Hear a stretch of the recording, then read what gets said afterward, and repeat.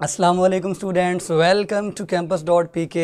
अब हमारा जो है वो बायोलॉजी का फर्स्ट लेक्चर जो है वो स्टार्ट होने जा रहा है। और सबसे पहले जो है वो मैं आपको वेलकम करता हूं और उम्मीद करता हूं कि आप लोगों का जो हमारे साथ साथ है वो तादेर रहेगा। और मैं उम्मीद करूंगा कि तमाम स्टूडेंट्स जो हमें सुन रहे हैं और लाइव लेक्चर्स यहाँ पे ले रहे हैं वो तमाम के तमाम अपने डॉक्टर बनने के ख्वाब को पूरा कर सकें। तो तमाम स्टूडेंट्स जो हैं वो सलाम कर रहे हैं, इन तमाम को मेरी तरफ से वालेकुम अस्सलाम। उम्मीद है तमाम स्टूडेंट्स जो हैं वो खैरियत से होंगे और इन्जॉय कर रहे होंगे। जो आज सुबह से लेक्चर हो रहे हैं वो अच्छी तरह अटेंड कर रहे होंगे। अब इसी तरह हम जो है वो बायोलॉजी का लेक्चर जो है वो स्टार्ट करने जा रहे हैं। बायोलॉजी ये प्रीमियर सब्जेक्ट है, it is the core subject of MD CAT. क्योंकि अगर आप बायोलॉजी कर लेते हैं तो आपके 80 MCQs जो हैं 200 में से कवर होंगे। अगर आप 80 MCQs में पूरे मार्क्स गेन करते हैं तो आपको अपना टारगेट अचीव करने में, अपना जो आपके पास गोल है वो अचीव करने में जो है बहुत ही ज़्यादा चांसेस ब्राइट हो जाएंगे। तो सबसे पहले तो मैं तमाम स्टूडेंट्स को जो पूछ रहे हैं आप कैसे हैं, हाउ आर यू, मैं ये कहता हूँ कि अल्हम्दुलिल्लाह बिल्कुल ठीक है। हम लोग जो है वो टाइम ज़ाया किए बगैर सबसे पहले ये देखेंगे कि बायोलॉजी जो है उसका क्या सिलेबस है जो लास्ट टाइम 2019 में UHS ने अपलोड किया था। तो सबसे पहले मैं रिक्वेस्ट करूंगा मैनेजमेंट से कि वो हमारी स्क्रीन पर अगर शो करवा सकें जो पहली जो स्लाइड है वो आपको ये बताएगी कि सबसे पहले आप लोगों का जो सिलेबस है बायोलॉजी का उसमें कौन से चैप्टर हैं, उन चैप्टर्स के नाम क्या हैं, सबसे पहला चैप्टर कौन सा है, उसके बाद कौन से चैप्टर होंगे। तो आपके सामने ये जो है वो स्क्रीन शो हो रही है, आप लोग जो है वो इसको अच्छी तरह देख सकते हैं। तो इसमें आप लोग देखें कि आपके पास जो है वो 17 जो हैं वो चैप्टर्स हैं जो कि डिवाइड किए हुए हैं पार्ट 1 बायोलॉजी और पार्ट 2 बायोलॉजी से, यानी उनको टॉपिक वाइज जो है वो तकसीम किया गया। इसमें मुकम्मल FSC का सिलेबस शामिल नहीं होगा, इसमें जो है वो सेलेक्टिव टॉपिक्स होंगे। और जो फिजियोलॉजी के चैप्टर्स हैं उनमें ह्यूमन की जो फिजियोलॉजी है उसको बहुत ज़्यादा फोकस किया जाएगा। तो आप लोगों को बताएं जी, शो हो रहे हैं ये देखें जी, ये सारे चैप्टर्स जो हैं वो आपको शो हो रहे हैं। 17 नंबर ऑफ़ चैप्टर्स हैं, ये आपके बायोलॉजी के सिलेबस का पार्ट है। तो इनको नोट कर लें, आप इसकी स्क्रीनशॉट भी ले सकते हैं और इनको लिख कर भी आप नोट कर सकते हैं। अगर मैं आगे निकल जाऊं तो आप बाद में दोबारा सुनकर इनको राइट डाउन भी कर सकते हैं। तो सबसे पहले हम लोग स्टार्ट करेंगे स्टूडेंट्स के हमारा सबसे पहला चैप्टर कौन सा है।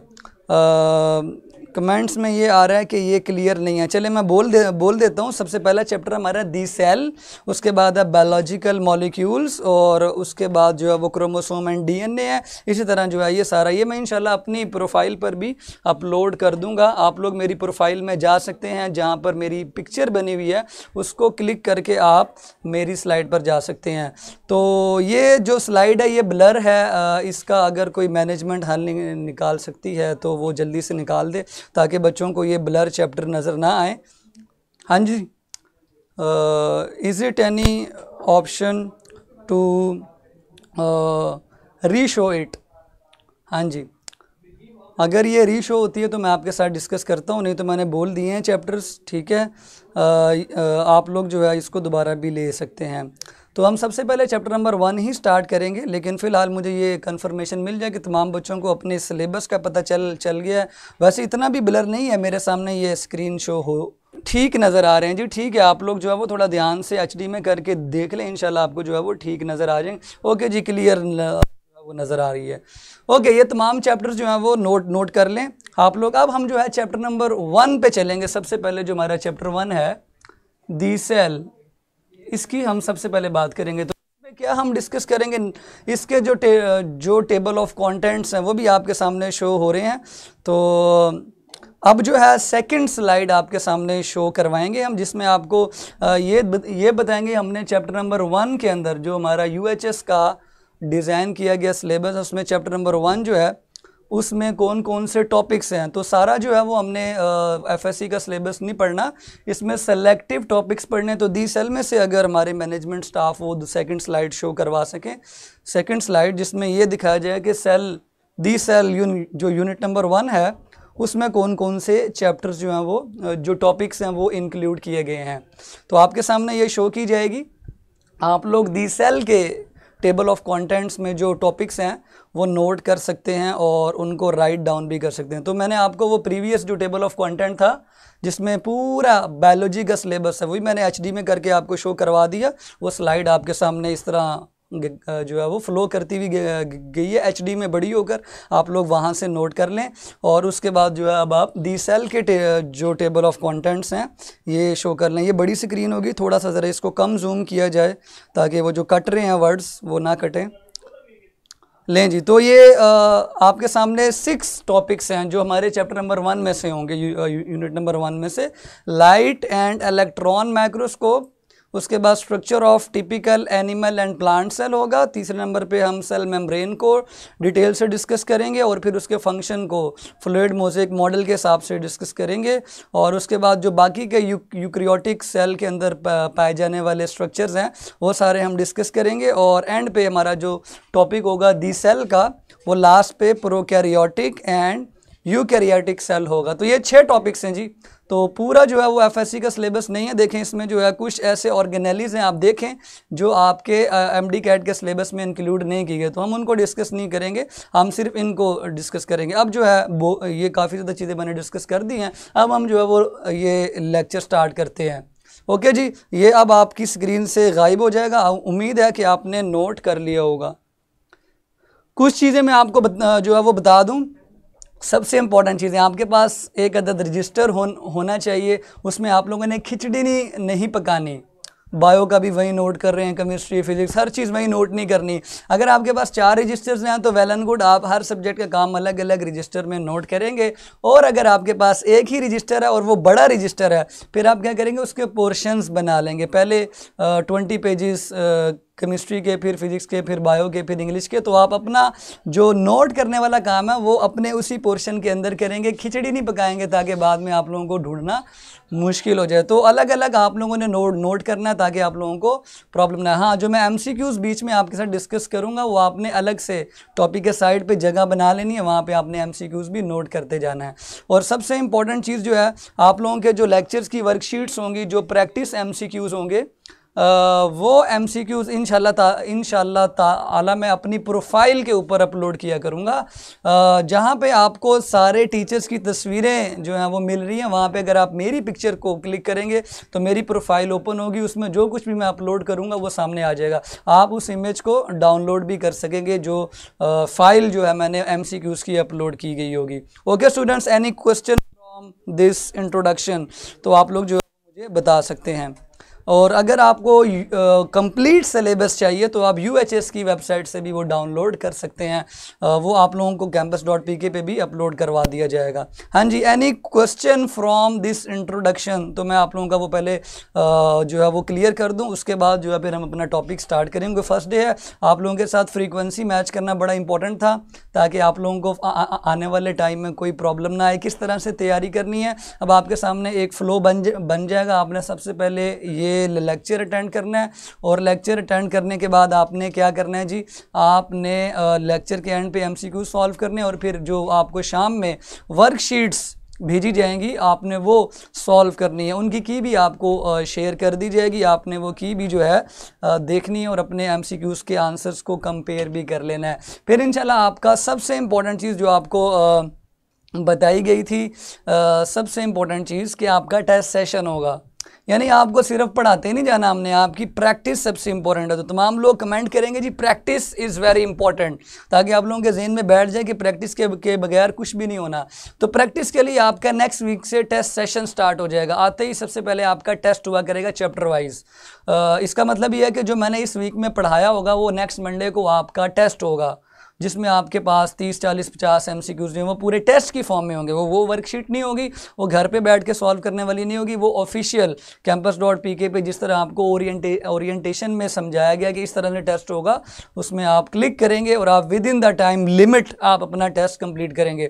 तो जैसे ही मंडे को आपका बायो का टेस्ट होगा, उसके बाद नेक्स्ट डे आपका फिजिक्स के पूरे चैप्टर का टेस्ट होगा जो प्रीवियस वीक में पढ़ा होगा।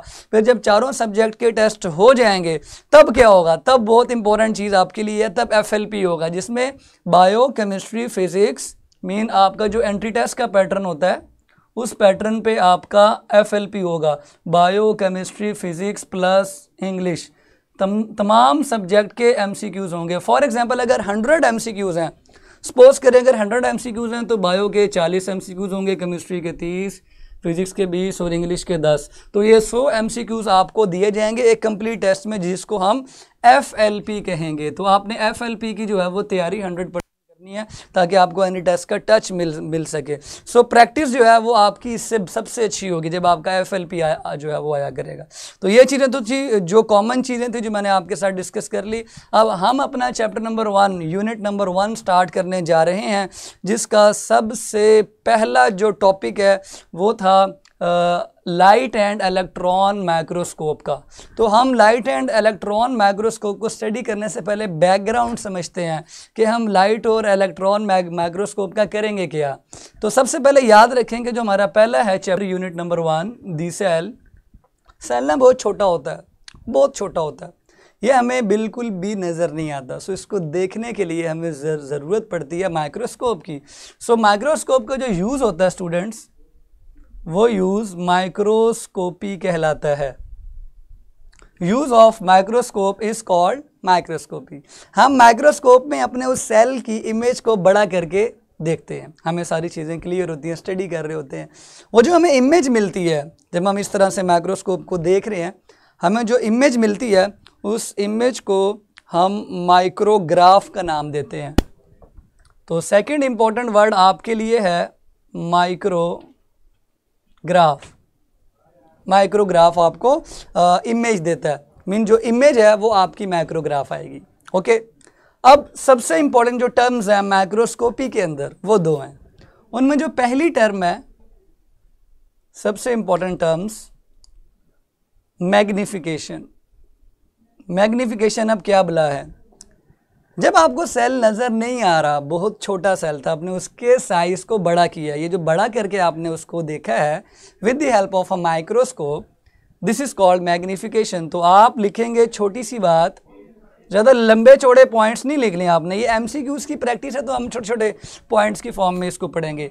Increase in size of an object with the help of microscope is called magnification.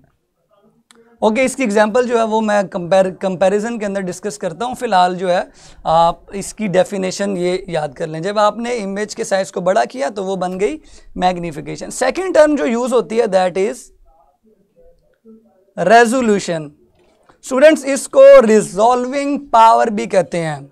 Resolving power ये क्या होती है, इसको मैं अगर आसानी से डिफाइन करूं तो रेजोल्यूशन बच्चों होती है क्लैरिटी ऑफ एन इमेज। अच्छा, खाली बड़ी नहीं करनी इमेज, ब्लर हो गई फ़ायदा कुछ पता ही नहीं चल रहा, तो बड़ी भी करनी है और क्लियर भी करनी है। जब आप क्लियर करेंगे फिर आपको चीज़ें जो हैं वो नज़र आना स्टार्ट होंगी। सो क्लैरिटी कैसे करनी है, क्लैरिटी ऐसे करनी है जी, आपने उस ऑब्जेक्ट के पॉइंट्स को डिफ्रेंशिएट करना है। डिफ्रेंशिएट बिटवीन पॉइंट्स या 2 पॉइंट्स, हर 2 पॉइंट्स को आपने डिफ्रेंशिएट कर देना है। जो डिफ्रेंशिएट करने की एबिलिटी है इसको हम कहते हैं रेजोल्यूशन। मिसाल के तौर पे एक ये पॉइंट है, एक ये पॉइंट है, ये 2 नज़र आ रहे हैं जी आपको। अगर ये 2 नज़र आ रहे हैं इसका मतलब जो है वो आपको क्लियर है। अगर आपको दूर से ये एक ही नज़र आ रहा हो इसका मतलब ये क्लियर नहीं है। इसी तरह जब आप फिल्म्स देखते हैं, ड्रामास देखते हैं, तो आपको HD में जो वीडियो मिलती है उसमें हर पॉइंट क्लियर होता है, नाक क्लियर, कान क्लियर, स्किन क्लियर, हर चीज़, इवन माइनर सी जो चीज़ें होती है स्किन पे वो भी क्लियर हो रही हो। जिसका मतलब वो जो रिजॉल्विंग पावर है ना उस कैमरे की, वो हर पॉइंट को अलग दिखा रहा है। और जिसकी रिजॉल्विंग पावर या रेजोल्यूशन कम होगी वो पॉइंट्स को मिक्स कर देगा, मर्ज कर देगा, अलग नहीं करेगा। तो जब डिफ्रेंशिएशन नहीं होगी तो इसका मतलब क्लैरिटी कम है, मीन रेजोल्यूशन कम है। हमारी आँख की जो रिजॉल्विंग पावर है वो 1 मिलीमीटर है। इसका मतलब ये है कि हम उन 2 पॉइंट्स को डिफ्रेंशिएट कर सकते हैं जिनका दरमियान वाला जो डिस्टेंस है वो 1 मिलीमीटर हो। अगर 1 मिलीमीटर से कम डिस्टेंस हुआ 2 पॉइंट्स का तो हम उनको अपनी आंख से डिफ्रेंशिएट नहीं कर सकते। तो 1 मिलीमीटर किस चीज़ की है जी, इंसान की आंख की रिजॉल्विंग पावर या रेजोल्यूशन होती है। इसका मतलब 1 मिलीमीटर से कम डिस्टेंस वाले 2 पॉइंट्स को हम अलग नहीं कर सकते। अगर इससे कम डिस्टेंस है तो फिर उसको हम कैसे अलग करेंगे, क्वेश्चन ये पैदा होता है, क्योंकि सेल्स जो हैं उनके तो इतने छोटे छोटे कंपोनेंट्स होते हैं, उनके दरमियान डिस्टेंस तो इससे बहुत कम होता है। सो उसके लिए हम यूज़ करेंगे माइक्रोस्कोप।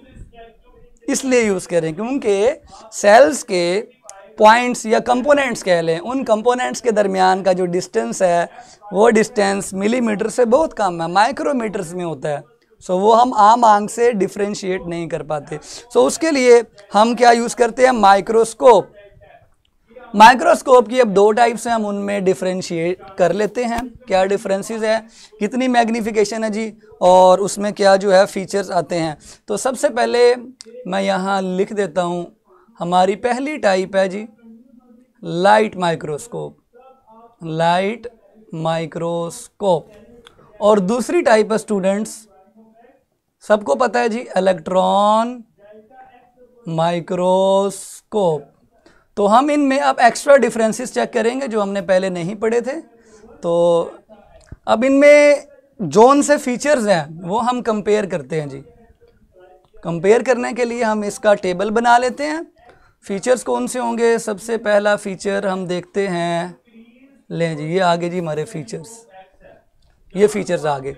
सबसे पहले हमने देखना है कि हमें लाइट माइक्रोस्कोप और इलेक्ट्रॉन माइक्रोस्कोप में अपना ऑब्जेक्ट नज़र कैसे आएगा, नज़र कैसे आएगा। तो नज़र आने के लिए हम सोर्स यूज़ करते हैं इल्यूमिनेशन की। इल्यूमिनेट करना है मीन उसको दिखाई देना, उसको रोशन करना, उसको नज़र आना, source of illumination. Light microscope में बीम ऑफ लाइट यूज़ होती है, या विजिबल लाइट कहें तो सबसे अच्छी बात है, बीम ऑफ विजिबल लाइट, या बीम ना भी लिखें, सिर्फ विजिबल लाइट भी लिख लें तो बहुत है। विजिबल लाइट के ज़रिए आप लाइट माइक्रोस्कोप से अपनी इमेज को देखते हैं, ऑब्जेक्ट को देखते हैं और इमेज हासिल करते हैं। इलेक्ट्रॉन माइक्रोस्कोप में क्या यूज़ होती है, बचपन से पढ़ रहे हैं आप लोग, बीम ऑफ इलेक्ट्रॉन यूज़ होते हैं। मीन आप अपने ऑब्जेक्ट के ऊपर क्या क्या डालते हैं, इलेक्ट्रॉन की बीम डालते हैं। इलेक्ट्रॉन की बीम जाके उसकी एक फ़ोटोग्राफ लेती है।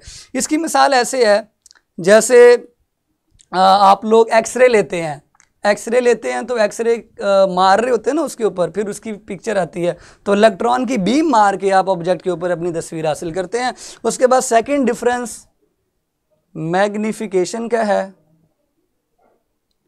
मैग्नीफिकेशन लाइट माइक्रोस्कोप की हमारी आंख से 500 टाइम्स ज़्यादा है, 500 टाइम्स देन नेकेड आई, और इलेक्ट्रॉन माइक्रोस्कोप की 2,50,000 टाइम्स हमारी आंख से ज़्यादा है। अब एक MCQs यहाँ पे डिस्कस करते हैं जी। क्वेश्चन ये है, पहला MCQ आज डिस्कस करेंगे कि magnification of electron microscope is कितने x देन लाइट माइक्रोस्कोप। हाँ जी, क्या आंसर होगा, आंसर बताएं जल्दी से। हम जो है वो इसके आंसर्स के ऑप्शंस की तरफ नहीं जाएंगे, डायरेक्ट आप लोगों से एक क्वेश्चन है कि मैग्नीफिकेशन इलेक्ट्रॉन माइक्रोस्कोप की लाइट माइक्रोस्कोप से कितने टाइम्स ज़्यादा है, कितने टाइम्स ज़्यादा है। तो अगर हम इस हिसाब से देखें, आंख से लाइट माइक्रोस्कोप 500 टाइम्स ज़्यादा है और आंख से इलेक्ट्रॉन माइक्रोस्कोप 2,50,000, तो ये इससे कितनी टाइम्स ज़्यादा हुई। तो आपको आंसर मिलेगा 500x टाइम्स। ओके, अब लाइट जो माइक्रोस्कोप है इसकी मैग्नीफिकेशन कैलकुलेट करने के लिए मैं आपके सामने एक स्लाइड शो करता हूँ। उस स्लाइड में आपको दो तरह के लेंस मिलेंगे, जिसमें एक लेंस आपकी लाइट माइक्रोस्कोप के टॉप पर होता है, उसको हम आई पीस कहते हैं, जो टॉप पे अगर मैं यहाँ पे स्लाइड शो करवा सकूँ, लाइट जो माइक्रोस्कोप है उसका जो लेंस होगा वो टॉप पे होता है, एक उसको आई पीस कहते हैं। और जो स्टेज के ऊपर लेंस पड़ा हुआ होता है उस लेंस को हम ऑब्जेक्टिव लेंस कहते हैं। आई पीस की कुछ जो वैल्यूज़ हैं उनको और जो ऑब्जेक्टिव लेंस की जो वैल्यूज़ होती हैं उनको मल्टीप्लाई करके हमारे पास फाइनल मैग्नीफिकेशन आती है। ये देखें, ये जो आपको टॉप पे ब्लैक कलर का जो लेंस मिल रहा है, दिस इज़ आई पीस। ये आमतौर पर 5x 10x का होता है। और जो आपको स्टेज के ऊपर जो आपको आ रहा है वो वाला जो आपका लेंस है, जो रोटेट भी हो सकते हैं, वो डिफरेंट वैल्यूज़ के लगे होते हैं, वो लेंस जो है आपको ऑब्जेक्टिव लेंस मिलते हैं। तो जब आप टोटल मैग्नीफिकेशन कैलकुलेट करेंगे तो उसके लिए एक MCQ नोट करते हैं। MCQ number 2, if you have eyepiece of 10x, या उसको आकुलर लेंस भी, आकुलर लेंस की वैल्यू जो है वो 10x है। ये न्यूमेरिकल टाइप MCQ है आपके लिए, और बड़ा रेयर ऐसा होता है कि बायो में न्यूमेरिकल टाइप MCQs आ जाए। और जो दूसरा ऑब्जेक्टिव लेंस है, ऑब्जेक्टिव लेंस की वैल्यू दी गई है जी 50x। अब आपके पास क्वेश्चन ये है कि टोटल मैग्नीफिकेशन कितनी होगी। इस तरह के कई MCQs MD कैट में पूछे गए हैं। आकुलर लेंस की वैल्यू दी गई है आपको, और ये देखें इसके साथ आपको ऑब्जेक्टिव लेंस की वैल्यू दी गई। मैंने ऊपर वाला लेंस 10x का यूज़ किया है और नीचे वाला जो लेंस है वो 50x का यूज़ किया। अब टोटल मैग्नीफिकेशन बताएं जी, ज़रा कमेंट कर दें क्या आंसर आएगा, what will be the answer. हाँ जी, अगर गलत बताएंगे तो फिर मैं वो डिस्कस कर दूंगा आपके साथ। हाँ जी, क्या आंसर आएगा। हाँ जी, तो आंसर बच्चों ने बिल्कुल ठीक बताया, 500x टोटल मैग्नीफिकेशन आएगी। ओके जी, और अगर इसमें कोई कन्फ्यूजन है तो आप मुझसे क्वेश्चन करके पूछ सकते हैं। ये क्वेश्चन है जी, हमें पता कैसे चलेगा कि ये क्या क्वेश्चन है। देखिए, हमने पहले ये जो है वो अपने माइंड में क्लियर करना है कि हम किसको देख रहे हैं। वो मैं भी आपको समझाता हूँ कि हमने कितने वैल्यूज़ के लेंस यूज़ करना है। ये बड़ा जो है ना वो टेक्निकल तरीका होता है कि हमें ये पता चले कि हमने कितनी वैल्यू के लेंस यूज़ करने। वो डिपेंड करता है कि हम किसको देख रहे हैं, उसका साइज़ कितना बड़ा करके देखना है। अगर आपने 400 टाइम्स बड़ा करके देखना तो आप ये वाला कम्बिनेशन यूज़ कर सकते हैं। 450 टाइम्स बड़ा करके देखना तब भी आप ये वाला कम्बिनेशन यूज़ करके देख सकते हैं। इसका मतलब आपको अपना कम्बिनेशन खुद सेट करना पड़ता है। आपने बैक्टीरिया देखना है, आपने यूग्लिना देखना है, अमेबा देखना है, जो देखना है ना उसके हिसाब से अपना आप कम्बिनेशन सेट करेंगे। तो अब मैं ये स्लाइड जो है वो आपके सामने से हटवा रहा हूँ। आपको पता चल गया ऊपर वाले लेंस भी हैं और नीचे वाले लेंस भी हैं, तो दोनों को मल्टीप्लाई करवा के टोटल मैग्नीफिकेशन आएगी। इसके साथ ही आपको इलेक्ट्रॉन माइक्रोस्कोप भी शो करवा देते हैं ताकि पता चल जाए कि वो कैसा होता है। डिटेल तो उसकी पढ़ ही रहे हैं ना, पता चल जाए जी कैसा होता है। ये माइक्रोस्कोप जो है ये काफ़ी बड़ा होता है और हैवी मशीनरी होती है जिसमें ये ऑलमोस्ट एक पूरे बड़े से रूम के अंदर फिट जो है वो फिट आते हैं। इसके अंदर इलेक्ट्रॉन बीम जनरेट करने वाली जो है वो मशीन्स लगी हुई होती हैं जो इलेक्ट्रॉन बीम जनरेट करती हैं और फिर वो ऑब्जेक्ट के ऊपर जाके बम्बार्ड होती हैं। सो अब आप इलेक्ट्रॉन जो है माइक्रोस्कोप को देख सकते हैं। ये पूरा इलेक्ट्रॉन माइक्रोस्कोप है, इसकी आपको डिटेल पढ़ने की ज़रूरत नहीं है। हाँ, जो इसके मुख्तलिफ कंपोनेंट्स हैं उनको हम एक बार यहाँ पे डिस्कस कर लेंगे। तो इलेक्ट्रॉन माइक्रोस्कोप देखने के लिए या इससे ऑब्जेक्ट देखने के लिए आपके ज़हन में ये होना चाहिए कि आप इतनी ज़्यादा मैग्नीफिकेशन करना चाह रहे हैं, फिर आपको इलेक्ट्रॉन माइक्रोस्कोप की तरफ जाना पड़ेगा। मीन जो ऑब्जेक्ट आपको लाइट माइक्रोस्कोप से भी नज़र नहीं आ रहा तो वो अब इसके सामने एक आपको स्क्रीन मिल रही है, आपको जो इसकी इमेज होगी वो इसकी स्क्रीन पे आ जाएगी, यानी इसके साथ ही आप ये स्क्रीन लगा सकते हैं। ओके, अब नेक्स्ट क्वेश्चन है जी कि हम किस तरह से मैग्नीफिकेशन की वैल्यू निकाल सकते हैं। मैंने कहा ऑकुलर लेंस और जो आपका ऑब्जेक्टिव लेंस है उनकी वैल्यूज़ को मल्टीप्लाई करके आप जो है वो आंसर निकाल सकते हैं। ओके, और कोई क्वेश्चन? और कोई क्वेश्चन नहीं है। चलें जी, इलेक्ट्रॉन माइक्रोस्कोप आपने देख लिया है। Formula for magnification is equal to, ये मैंने यहाँ पे नोट आपको करवा दिया है, ये आप यहाँ से लिख लें। Total magnification is equal to magnification of ocular lens multiply magnification of objective lens. Okay जी, अब दोनों को मल्टीप्लाई करके आपके पास वैल्यू आ गई है। अब हम जो है नेक्स्ट डिफरेंस की तरफ चलते हैं। ये स्लाइड आपके सामने से जो है वो हटवा देते हैं ताकि जो है वो आपको आगे वाली चीज़ें जो है वो बोर्ड की नज़र आना स्टार्ट हो जाएं। तो इस स्लाइड को हटाने के बाद आपको मैं अब बता रहा हूँ कि रेजोल्यूशन का क्या डिफरेंस है जी दोनों की। जो लाइट माइक्रोस्कोप है इसकी रेजोल्यूशन 2 माइक्रोमीटर है, मीन ये 2 माइक्रोमीटर तक का जो डिस्टेंस है उनको डिफरेंशिएट कर सकती है। और इलेक्ट्रॉन माइक्रोस्कोप 2 से 4 एंगस्ट्रॉम, एंगस्ट्रॉम कहते हैं 10⁻⁻10 तक का जो डिस्टेंस होगा 2 पॉइंट्स का उनको डिफरेंशिएट कर सकती है। अब जो रेजोल्यूशन या मैग्निफिकेशन के लिए लेंस इस्तेमाल होते हैं वो लाइट माइक्रोस्कोप के अंदर गिलास के बने हुए होते हैं, ग्लास लेंस जो सिंपल ग्लास के लेंस होते हैं। और इलेक्ट्रॉन माइक्रोस्कोप के अंदर जो लेंस यूज़ होते हैं वो इलेक्ट्रोमैग्नेटिक लेंस होते हैं। बड़ा इंपॉर्टेंट ये की पॉइंट आप लोग नोट कर लें। उसके बाद वैक्यूम जो है वो लाइट माइक्रोस्कोप में नहीं होता। इलेक्ट्रॉन माइक्रोस्कोप में वैक्यूम जनरेट करना पड़ता है फॉर इलेक्ट्रॉन्स। और सबसे इंपॉर्टेंट चीज़ जो आपको इमेज मिलती है, फाइनल इमेज, वो लाइट माइक्रोस्कोप से मिलती है जी कलरफुल इमेज मिलती है। ये की पॉइंट्स हैं बड़े इंपॉर्टेंट, ये नोट कर लें। और इलेक्ट्रॉन माइक्रोस्कोप से जो आपको इमेज मिलती है that is black and white image. उसके बाद इलेक्ट्रॉन माइक्रोस्कोप की टाइप्स 2 हैं, आप लोगों ने बचपन में पढ़ी थी। पहली है जी SEM और दूसरी है TEM, scanning electron microscope and transmission electron microscope. Okay, यहाँ तक हमारा जो है वो क्लियर हुआ टॉपिक किस चीज़ का, माइक्रोस्कोपी का। अब कुछ MCQ नोट करते हैं यहाँ पे, बड़ा इंपॉर्टेंट है, बहुत ही इंपॉर्टेंट हमारे MCQs हैं। अगर हम सेल के स्ट्रक्चर को देखना चाह रहे हैं, फॉर एग्जांपल हम देखना चाह रहे हैं जी MCQ के अंदर न्यूक्लियस को देखना चाह रहे हैं। Nucleus can be observed with the help of, हाँ जी, तो आपके पास आंसर क्या होगा? आपके पास ऑप्शंस हैं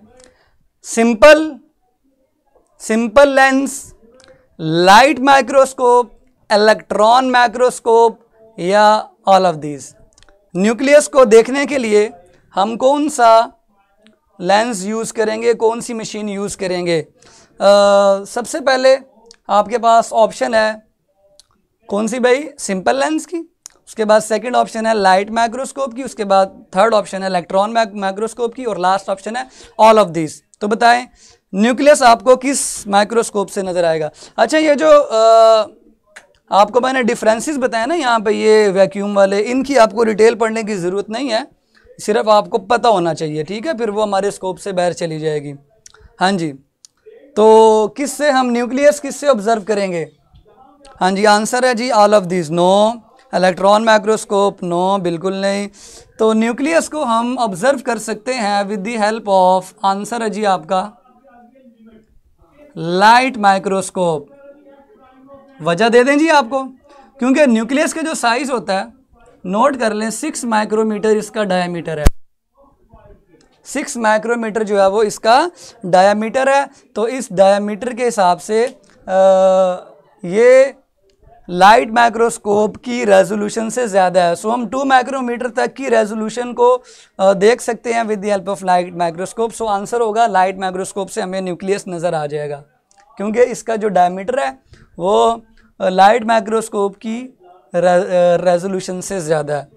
ओके जी, तो यहाँ पे हमारा आंसर हुआ लाइट माइक्रोस्कोप। इसी तरह अगर मैं कहूँ राइबोसोम्स, तो उसका भी आप लोगों को पता होना चाहिए, उनका जो है बहुत कम होता है, डायमीटर 20 नैनोमीटर में चला जाता है। तो फिर उसको हम इलेक्ट्रॉन माइक्रोस्कोप से देखेंगे। सो ये हमारे MCQs हो गए। अब हम जो है अपना नेक्स्ट टॉपिक डिस्कस करेंगे। What is the difference between plant cell and animal cell? Structure of plant cell and animal cell.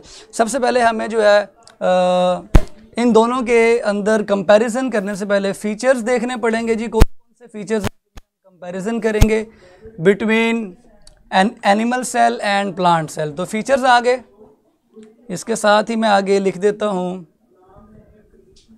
क्या लिखें जी? सबसे पहले हम लिखेंगे यहाँ पे एनिमल सेल, एनिमल सेल। उसके बाद हम लिखेंगे सेकंड पे प्लांट सेल। ओके, अब इसके बाद हम यहाँ पे इसकी इमेजेस बना लेंगे। तो फीचर्स कौन से हैं जी? दो तरह से मैं इसको कंपेयर कर जो है वो करूँगा, दो तरह से नोट कर लें, दो तरह से। पहला तरीका ये होगा कि हम नोट करें लाइट और इलेक्ट्रॉन माइक्रोस्कोप से हम इनको स्टडी तो कर सकते हैं, लेकिन हम सबसे पहले ये देखेंगे कि कौन से स्ट्रक्चर एनिमल और प्लांट सेल में डिफरेंट है। फिर उनके बाद जो बच जाएंगे वो इन दोनों में सिमिलर होंगे, वो सिमिलर होंगे। ओके, तो पहले हम देखते हैं कि कौन से डिफरेंस है। थोड़े से मैं कमेंट्स आपके देख लूँ जो आप लोगों ने क्वेश्चन किए हैं जी। ये क्या क्वेश्चन है? हाँ जी सर, सेल को तो सभी चीज़ों से देख सकते हैं ना? सेल को नहीं देख सकते, हम ऑर्गन्स को देख सकते हैं, टिश्यू को देख सकते हैं। टिश्यू का सिंगल सेल नहीं नज़र आता हमें। अब देखिए स्किन पे सेल्स हैं सारे, हमें तो नहीं पता चल रहा सिंगल सेल कहाँ है। तो पूरी शीट जो कि टिश्यू बन जाती है, अगर आप फर्स्ट ईयर की लाइन पढ़े, सेल मिलकर बंडल या शीट बनाते हैं। शीट हमें नज़र आ रही है, उसका इंडिविजुअल सेल तो नहीं मिल रहा, और सेल के अंदर क्या है वो भी नहीं नज़र आ रहा। इस तरह हमें जो है वो याद करना पड़ता। अच्छा, एक और बात, आपको हर ऑर्गेनेली का साइज़ याद नहीं करना। आप जो है ना वो 4 ऑर्गेनेलिस के साइज़ याद कर लें जो सबसे ज़्यादा इम्पोर्टेंट है। तो आप याद कर लें न्यूक्लियस का, ये नोट कर लें, न्यूक्लियस का डायामीटर है 6 माइक्रोमीटर। आप नोट कर लें क्लोरोप्लास्ट का डायामीटर है जी 2 से 4 माइक्रोमीटर। और माइटोकॉन्ड्रिया का नोट कर लें, ये इंपॉर्टेंट है ना इसलिए आप इनके नोट करें। इसका है जी 1 माइक्रोमीटर। यही आते हैं, जो लिखवा रहा हूँ यही आएंगे इंशाल्लाह। और आप राइबोसोम का नोट कर लें, जो मशहूर ऑर्गेनेलीज होते हैं ना वही पूछे जाते हैं। राइबोसोम्स का है 20 नैनोमीटर। ओके, लाइसोसोम का भी जो है ना वो लेस देन 1 माइक्रोमीटर होता है। सो वो भी आपके लिए एक मशहूर जो है वो ऑर्गेनेली। सो इनके साइज़ नोट कर लें, इस बेस पे आप बता सकते हैं कि कौन हमें इलेक्ट्रॉन माइक्रोस्कोप से दिख सकता है और कौन हमें लाइट माइक्रोस्कोप से दिख सकता है। ओके, ये नोट कर लें। अब ये देखिए ना, क्लोरोप्लास्ट भी हमें दिख जाएगा लाइट माइक्रोस्कोप से। माइटोकॉन्ड्रिया भी तकरीबन थैलियों की शक्ल में छोटा छोटा नज़र आएगा, लेकिन डिटेल हमें इलेक्ट्रॉन माइक्रोस्कोप से। राइबोसोम बिल्कुल भी नहीं नज़र आना हमें, लाइट माइक्रोस्कोप के इसको देखने के लिए सिर्फ और सिर्फ इलेक्ट्रॉन माइक्रोस्कोप यूज़ होगी। चलें आ जाएं जी। अब हम देखते हैं कि एनिमल सेल और प्लांट सेल्स को किस तरह से डिफ्रेंशिएट करेंगे। सो बड़े इंपॉर्टेंट पॉइंट्स आपके लिए लेके आए हैं।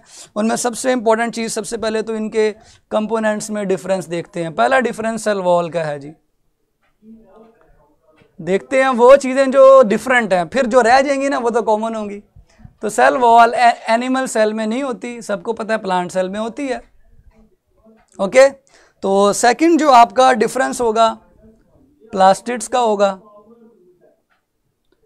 का होगा ना। जो क्लोरोप्लास्ट, क्रोमोप्लास्ट वगैरह होते हैं वो भी एनिमल सेल में नहीं होते, प्लांट सेल में होते हैं। उसके बाद आपको ग्लाइऑक्सीसोम मिलेंगे, शायद आपको भूल गए होंगे लेकिन मुझे याद है, वो भी एनिमल सेल में नहीं होते, प्लांट सेल में प्रेजेंट होते हैं। उसके बाद कुछ ऐसे स्ट्रक्चर्स हैं जो एनिमल्स में होंगे, प्लांट्स में नहीं होंगे। उनमें सबसे इंपॉर्टेंट सेंट्रियोल्स हैं, एनिमल सेल में हैं, प्लांट सेल में नहीं है। उसके बाद आपको नेक्स्ट मिलेगा लाइसोसोम। अब ये बड़ा प्यारा ऑर्गेनेली है जिसका पता ही नहीं चलता, तो ये याद रख लें, ये एनिमल सेल में होता है। डाइजेशन जो है ना वो एनिमल्स की खसूसियत है। सो डाइजेस्टिव एंजाइम होते हैं जी लाइसोसोम के पास, तो ये एनिमल सेल में है, प्लांट सेल में नॉट प्रेजेंट। उसके बाद आ जाएं फ्लैजेला जो है वो एनिमल सेल में होगा, प्लांट सेल में नहीं होगा। साथ साथ इसको थोड़ा ड्रॉ करके भी जो है वो देखते हैं कि हमें किस तरह से ये नज़र आएंगी चीज़ें। तो सबसे पहले मैंने आपको कहा जी सेल वॉल, अगर ये सेल है, this is the animal cell, तो इसकी कोई सेल वॉल मैंने बाहर नहीं बनाई। और अगर ये सेल है तो इसकी हम एक सेल वॉल ड्रॉ कर लेते हैं, this is the cell of plant. तो ये आ गया जी प्लांट सेल। प्लांट सेल, ऊपर वाला क्या था जी, एनिमल सेल। तो पहले हो गया जी सेल वॉल का difference, not present but present. उसके बाद प्लास्टिड्स इधर बना देते हैं हम, ये मैंने बना दिया chloroplast. Chloroplast it is present in plant cell, not present in animal cell. Glyoxysomes इधर बना दिए, इधर नहीं बनाए। उसके बाद हम सेंट्रियोल पे थे, सेंट्रियोल एनिमल सेल में बनाए। सेंट्रियोल आपको पता है ना, दो होते हैं, पेयर वाइज होते हैं। तो ये देखें सेंट्रोसोम है, जिस जगह ये सेंट्रियोल पड़े हैं। It is present in animal but absent in plant cell. Then lysosomes, lysosome जो हैं ये काफ़ी ज़्यादा एनिमल सेल में पड़े हैं, प्लांट सेल में एब्सेंट हैं। फ्लैजेला, वेरी इंपॉर्टेंट ऑर्गेनेली, देखिए इस तरह का होता है flagella, hair like appendages, present in animal cell but absent in plant cell. उसके बाद नेक्स्ट आपको बताएं न्यूक्लियस का क्या डिफरेंस है। तो न्यूक्लियस जो है ना वो एनिमल सेल में आमतौर पर दरमियान में होता है, लाजमी नहीं है, क्योंकि मसल्स जो फाइबर्स हैं उनका तो न्यूक्लियस जो है वो सेल मेम्ब्रेन के जो है वो नीचे पड़ा होता है ना, आपको याद है सार्कोलीमा के नीचे न्यूक्लियस पड़ा, लेकिन आमतौर पर ये दरमियान में होगा। जबकि प्लांट सेल का जो न्यूक्लियस है वो साइड पर है, पेरिफेरल। तो लिख दें न्यूक्लियस इज सेंट्रल और प्लांट सेल में ये साइड पर है। साइड का जो इंग्लिश में लफ्ज़ यूज़ होता है टेक्निकल वर्ड वो पेरिफेरल है। ओके, उसके बाद नेक्स्ट आपका जो आएगा वैक्यूल की पोजीशन का आएगा जी डिफरेंस। वैक्यूल इज थोड़े थोड़े और बहुत ज़्यादा, छोटे और बहुत ज़्यादा होते हैं, स्मॉल होंगे और मैनी होंगे। स्मॉल मैनी का मतलब क्या है जी, देखें ये छोटे छोटे वैक्यूल प्रेजेंट हैं जी, ऐसे ये वैक्यूल हैं। जबकि एनिमल सेल में बड़ा सा वैक्यूल प्रेजेंट होता है, इसी की वजह से तो न्यूक्लियस साइड पर गया था, ये सेंट्रल बिग वैक्यूल, ठीक है, central large vacuole is present in plant cell. Vacuole के अलावा हम नेक्स्ट डिफरेंस ऊपर लिख देते हैं, यहाँ पे यहाँ लिख देते हैं motility, movement, locomotion. Animal cell जो है वो फ्लैजेला की वजह से मूवमेंट कर सकते हैं, प्लांट सेल मूव नहीं करते हैं। उसके बाद सबसे इंपॉर्टेंट चीज़ लास्ट पे नोट करें जी, ये आपको बड़ी अच्छी लगेगी, कोऑर्डिनेशन। सेल्स के अंदर कोऑर्डिनेशन कौन सी है, या एनिमल सेल्स या एनिमल्स के अंदर जो कोऑर्डिनेशन होती है वो दो तरह की होती है बच्चों, नर्वस कोऑर्डिनेशन भी होती है और केमिकल कोऑर्डिनेशन भी होती है, पढ़ी थी ना आपने सेकेंड ईयर के अंदर। जबकि प्लांट सेल के अंदर सिर्फ और सिर्फ ये केमिकल कोऑर्डिनेशन होती है, ओनली केमिकल कोऑर्डिनेशन। उसके बाद आखिरी डिफरेंस, और भी बहुत हैं लेकिन डिफरेंस में आखिरी डिफरेंस आएगा हमारा खुराक की स्टोरेज का। फूड स्टोर एनिमल्स के अंदर आमतौर पर होती है ग्लाइकोजन की फॉर्म में। देखिए ये पॉइंट भी यहाँ पे डिफरेंस में आ गया, हालांकि ये कॉमन से पॉइंट है कि जो ग्लूकोज हासिल करने के लिए सबसे इम्पॉर्टेंट रॉ फॉर्म है वो ग्लाइकोजन है, इससे हमें ग्लूकोज मिलता है। लेकिन प्लांट्स के अंदर स्टार्च होती है जिसकी फॉर्म में फूड स्टोर होता है। सो प्लांट्स के अंदर फूड बनता ग्लूकोज की फॉर्म में जो ट्रायोज से बनती है, फिर वो क्या नाम है सुक्रोज की फॉर्म में ट्रांसपोर्ट होती है और उसके बाद स्टार्च की फॉर्म में स्टोर होती है, ठीक है। ह्यूमंस में तो फ्लैजेला नहीं होता बेटे, ये एनिमल सेल्स की बात हो रही है, जनरल एनिमल सेल की। सारी चीज़ें सब पे अप्लाई नहीं होती, जनरली बात हो रही है। Animal cell is a general animal cell, not of human, ये ह्यूमन की बात नहीं हो रही, तो इसलिए आपको परेशान नहीं होना चाहिए। ह्यूमंस के अंदर स्पर्म का इतना बड़ा आपको वो जो नज़र आता है फ्लैजेला, उसको भी आप ज़रा ज़हन में लाएं, तो इसलिए मैं कह रहा हूँ इतनी बारीकियों में ना जाएं। और सिलिया भी होते हैं आमतौर पर, जो एनिमल सेल में होंगे, प्लांट सेल में नहीं होंगे, आपको मुख्तलिफ सेल्स के सिलिया मिलेंगे, ठीक है। हमारे नेज़ल कैविटी में सिलिया वगैरह प्रेजेंट होते हैं। सो इस तरह की चीज़ें जो हैं वो हम नहीं डिस्कस कर रहे। फ़िलहाल आपको बताया फूड स्टोरेज एनिमल सेल में होती है ग्लाइकोजन की फॉर्म में, और प्लांट सेल में होती है जी स्टार्च की फॉर्म में। इससे रिलेटेड अगर आपने कोई क्वेश्चन करना है तो आप कर सकते हैं, ठीक है। तो स्पेसिफिकली स्पर्म की एग्जांपल मैंने दिया आपको, लेकिन जनरली एनिमल सेल्स में जो है वो फ्लैजेला एग्जिस्ट करता है, प्लांट सेल में जो है वो फ्लैजेला एग्जिस्ट नहीं करता है। और कोऑर्डिनेशन की मैंने आपको एग्जांपल दे दी, मोटिलिटी की दे दी। अब इसमें से अगर आपका कोई क्वेश्चन है तो कर लें, उसके बाद हम नेक्स्ट टॉपिक डिस्कस करते हैं। 2 टॉपिक्स हमारे चैप्टर 1 के हो गए हैं, ओके। तो हमारी स्पीड इतनी ही होगी, कम से कम एक लेक्चर के अंदर 2-3 जो है वो टॉपिक्स फड़का फुड़कू देने हैं, ओके। अच्छा जी सर, इतना भी बड़ा नहीं होता, क्या चीज़ जी इतनी बड़ी नहीं होती? ज़रा कंफर्म कर दिया करें, क्योंकि इस तरह बात समझ नहीं आती। हाँ जी, कोई क्वेश्चन? बायो की प्रिपरेशन पीटीबी से करनी है जी, बिल्कुल। बायो की प्रिपरेशन के लिए आपके पास सबसे इंपॉर्टेंट चीज़ आपकी बुक के लेक्चर्स होंगे। आपकी बुक से ही इंपॉर्टेंट एमसीक्यूज जो हैं वो आते होते हैं, बाहर आजकल आना बंद हो गए। फिर भी प्रैक्टिस के लिए मैं आपके साथ नोट्स अपनी टाइमलाइन पे शेयर कर दिया करूँगा, इंपॉर्टेंट की पॉइंट्स शेयर कर दिए जाएंगे। और उसके अलावा कोई और चीज़ अगर आपने मुझसे पूछनी हो तो पूछ सकते हैं। अब मैं आपके सामने लेकर आता हूँ जी एमसीक्यू। एमसीक्यू लिखने की जगह ख़त्म होगी, नहीं इधर लिख देते हैं। एमसीक्यू लिखेंगे तो मज़ा आएगा ना, ऐसे तो बात नहीं बनेगी। हाँ जी, तो एमसीक्यू हम यहाँ पे लिखते हैं, क्या लिखें जी? MCQ, which of the following, और फॉलोइंग आप खुद ही लिख लें, which is present in both animal and plant cells, okay. तो ऑप्शंस आपके सामने हैं। अल्फा होगा आपके पास क्लोरोप्लास्ट, बीटा आपके पास होगा सेंट्रियोल,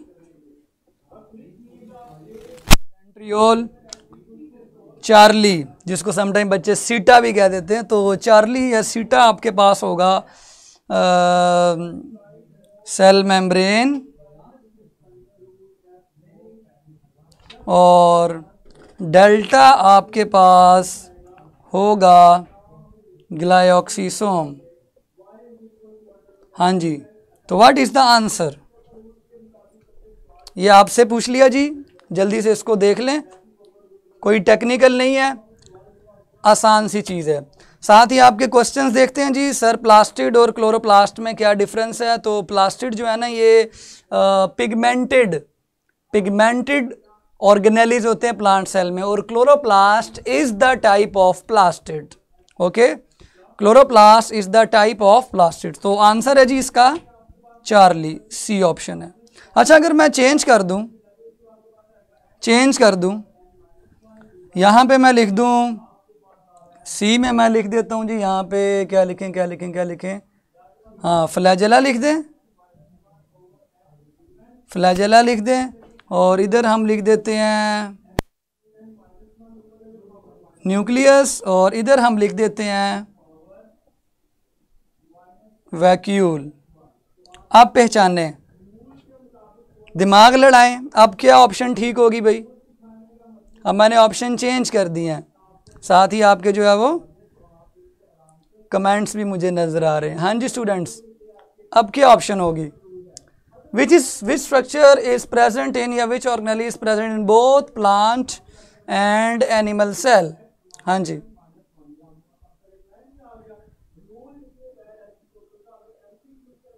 कौन सी ऑप्शन ठीक होगी जी? अब जल्दी से जवाब दे दें। Nucleus, vacuole, no, nucleus closest. हाँ जी, तो ये कौन है जिसने सही बताया? फहद, माशाल्लाह। आंसर आपके पास होगा ए एंड बी, ठीक है। ज़रा दिमाग को हाजिर भी रखा करें। न्यूक्लियस और वैक्यूल हमने डिफरेंसेस में ज़रूर स्टडी किए हैं, लेकिन याद रखें इनकी पोजीशन का डिफरेंस है, इनके नंबर्स का डिफरेंस है, लेकिन प्रेजेंट दोनों में है। प्रेजेंट दोनों में। यहीं पे अगर एमसीक्यू चेंज हो जाता है और ये आ जाता है कि वैक्यूल के हिसाब से अगर आपसे पूछें तो फिर आपने बताना है कि वैक्यूल प्लांट सेल में बड़ा है और एनिमल सेल में छोटा सा है और बहुत सारे हैं। हाँ जी, ओके, क्लियर हो गया। तो बोथ ए एंड बी जो है वो आपका आंसर बनेगा, बोथ ए एंड बी। क्यों? क्योंकि एनिमल और प्लांट सेल दोनों में न्यूक्लियस भी है और वैक्यूल भी है। ओके हो गया। चलें, जब आपका टेस्ट स्टार्ट करते हैं थोड़ी देर में आप लोग रेडी हो जाएं। आपके जो है कुछ एमसीक्यूज जो है वो मैं लेक्चर के फ़ौरन बाद आपसे सॉल्व करवा लिया करूँगा ताकि आपको प्रैक्टिस हो जाए ना कि इस किस्म के एमसीक्यूज जो हैं वो। सर ऑप्शन जो होंगी उन्हीं में से कहना था ना, तो वो तो मैंने आपको वैसे ही तंग किया है, ठीक है। तो पहले दिन ही ज़रा हम लोग आपस में बातचीत गप्पे शप्पे लगाएंगे तो हमें पता चला जी। क्लोजेस्ट ही पिक करते हैं, ये तो मैंने जानबूझ के आपके साथ इस तरह से पंगा लिया है। सो आप लोगों ने नहीं लेने पंगे, ठीक है, मैं ले सकता हूँ। बोथ का ऑप्शन अब दे दिया, ठीक है। तो बोथ का ऑप्शन क्यों नहीं दिया? बच्चे पूछ रहे हैं जी बोथ का ऑप्शन क्यों नहीं दिया, तो जवाब है मेरा एमसीक्यू मेरी मर्जी। ओके सर, और डिफरेंस बता दें यार, इन्हें थोड़े ने। मोटिलिटी हो गया, कोऑर्डिनेशन हो गया, फूड स्टोरेज हो गया, ऑर्गेनेलिस के अलावा इतने हो गए हैं, इतने बहुत हैं जो आपके पेपर में नहीं आने, उनको बताने हैं क्या फ़ायदा है। चलें जब एमसीक्यूज आपका स्टार्ट करते हैं, टेस्ट स्टार्ट करते हैं। Are you ready? तो एमसीक्यूज में आप लोगों के पास छोटा सा टेस्ट होगा एमसीक्यूज का, लेकिन आपका जो ऑफिशियल टेस्ट है बड़ा चैप्टर का वो आपको पता है, टेस्ट सेशन के चैप्टर नंबर 1 का टेस्ट नेक्स्ट वीक मंडे से स्टार्ट होगा। तो एमसीक्यू स्टार्ट कर दिए हमने, यहाँ से शो कर दिए जी एमसीक्यूज, इनको सॉल्व कर लें जल्दी से। हाँ, जो बच्चे हमें यूट्यूब पे देख रहे हैं ध्यान से सुन लें, उनको एमसीक्यू शो नहीं होंगे। एमसीक्यू सिर्फ उन्हीं को शो होंगे स्टूडेंट्स जो बच्चे campus.pk पे हमारा लाइव लेक्चर ले रहे हैं। यूट्यूब वाले जो हैं वो campus.pk पे लॉगिन करवाएंगे। और एक और बात, यूट्यूब चैनल के ऊपर जो आप लोगों का लेक्चर है वो 3 दिन तक ही सिर्फ अपलोड होगा, उसके बाद अपलोड होना बंद हो जाएगा, क्योंकि ये पेड मॉड्यूल है। पेड मॉड्यूल में आप लोगों का जो लेक्चर है वो सिर्फ campus.pk पे अपलोड हुआ करेगा।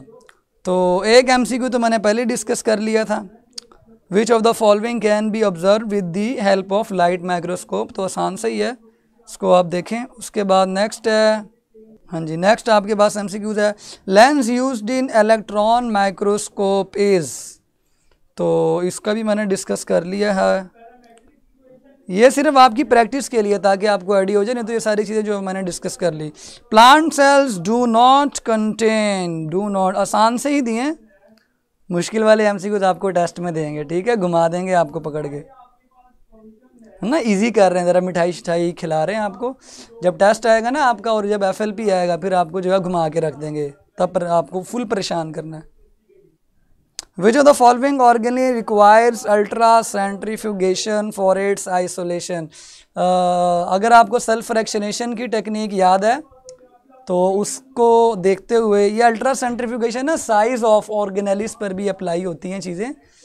जो जितना छोटा होगा ना, सबसे छोटे जो होते हैं उनको अलग करने के लिए अल्ट्रा सेंट्रीफ्यूगेशन यूज़ करते हैं। तो इसको मैं कल दोबारा एक्सप्लेन भी कर दूंगा, ठीक है। तो इसका आंसर भी आपने इस लिहाज से करना है कि जो सबसे छोटा होगा उसके लिए अल्ट्रा बहुत ज़्यादा सेंट्रीफ्यूगेशन रिक्वायर्ड होगी। और लास्ट एमसीक्यू जो है वो आपका, animal cell differ from plant cell in not having, वाह जी वाह, ये बड़ा प्यारा एमसीक्यू है, इज नॉट हैविंग। अब देखें ना 4 एमसीक्यू सीधे सीधे थे, इसको थोड़ा सा ज़रा घुमा दिए, इतना नहीं घुमाया, यूँ समझे 10% जो है वो घुमा दिए। अच्छा जी, टाइम आप लोगों का जो है वो ख़त्म तकरीबन होने ही वाला है। उसके बाद जो है आपका रिज़ल्ट शो होगा। रिज़ल्ट जो है वो आपके सामने स्क्रीन पर शो हो चुका है। हाँ जी स्टूडेंट्स, वेरी गुड। अच्छा, इस पूरे लेक्चर लेने के बाद भी कुछ स्टूडेंट्स के, बल्कि आधे स्टूडेंट्स के 5/5 मार्क्स नहीं आए हैं। What is this problem?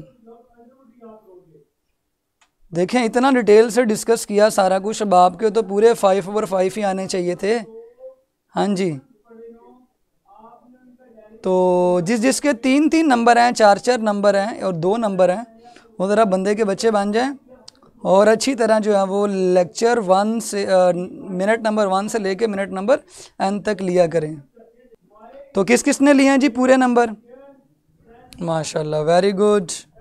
काफ़ी बच्चों ने जो है वो पूरे नंबर लिए हैं। अब इनको तो हम डिस्कस नहीं कर सकते। अगर आप में से किसी ने क्वेश्चन करना है तो आप मुझसे वो वाला क्वेश्चन पूछ सकते हैं कि इन MCQs में से आपको कौन सा MCQ नहीं आता था।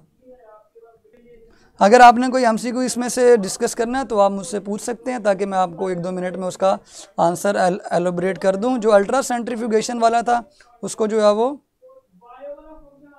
कल हम इंशाल्लाह डिटेल से डिस्कस करेंगे। पूरी अल्ट्रा सेंट्रीफ्यूगेशन और सेल्फ फ्रैक्शनेशन में समझाऊंगा।